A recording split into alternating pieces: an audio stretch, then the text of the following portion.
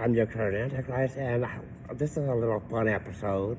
You know, something to make you think, maybe even just save your soul.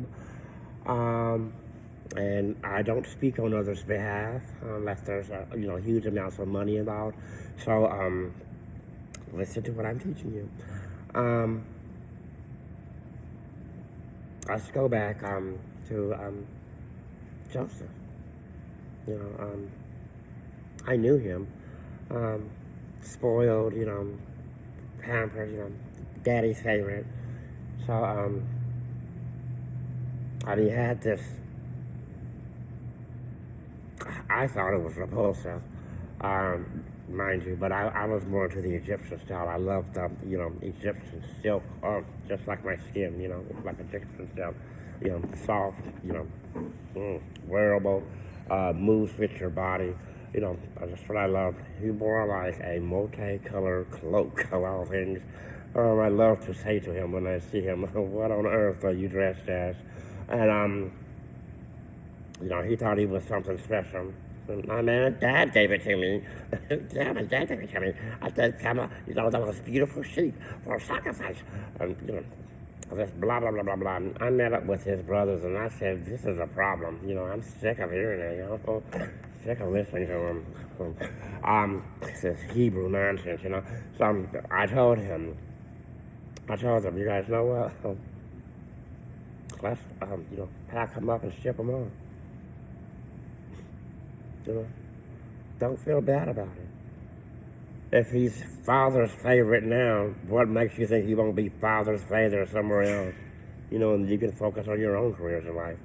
So, we got his little happy, joyful, spoiled ass in that well. Go down there. They got some buttons to go on your beautiful cloak. I'll sew them on there for you. They're magical in gold. That's what I told him. And, being the greedy, spoiled, daddy's favorite he fell for it. Fell about 50 feet down in that well.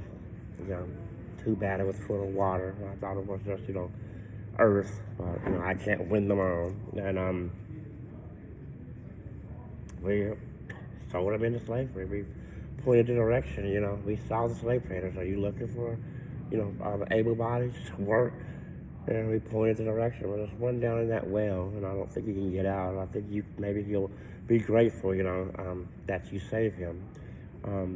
Your current Antichrist, like I said, I don't usually speak on people's behalf. And if you've not visited my temple, if you've not adored me, and I do not deserve all this adoration. No, I don't. But I do require that if you are going to adore me, you do it fully prospered on your face.